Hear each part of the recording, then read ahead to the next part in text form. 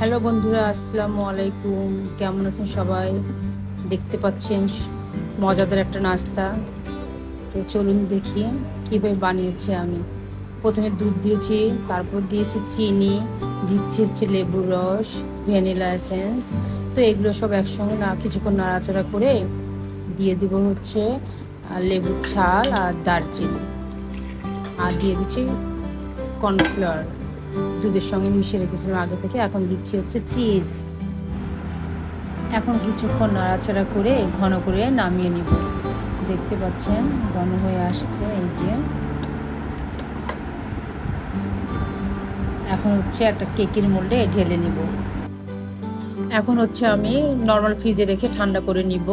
এদিকে আমি একটা আটার ব্যাটার তৈরি করব। এখানে আমি হাফ কাপ আটা নিয়েছি, গোলমরিচের গুঁড়া, কালো গোলমরিচের গুঁড়া, লবণ পরিমাণ মতো, আর দিচ্ছি হচ্ছে পানি। এখন ব্যাটারটা তৈরি করতেছি। ব্যাটার তৈরি হয়ে গেছে। এখন হচ্ছে আমি এটা কেটে নিব, রোল আকারে কেটে নিব।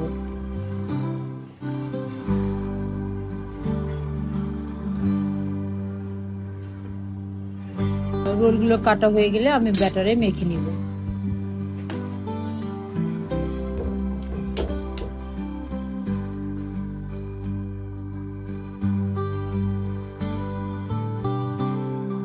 এগুলো তুলে ব্রেড ক্রামে গড়িয়ে নেব।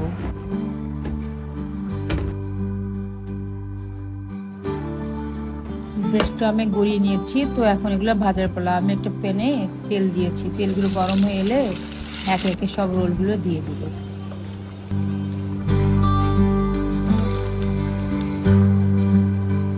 তৈরি হয়ে গেল আমার অনেক মজাদার মিল্ক ফ্রাই। দেখেন ভেতর থেকে কতটা সফট, বাইরে হচ্ছে ক্রিসপি। আপনারা ট্রাই করতে পারেন।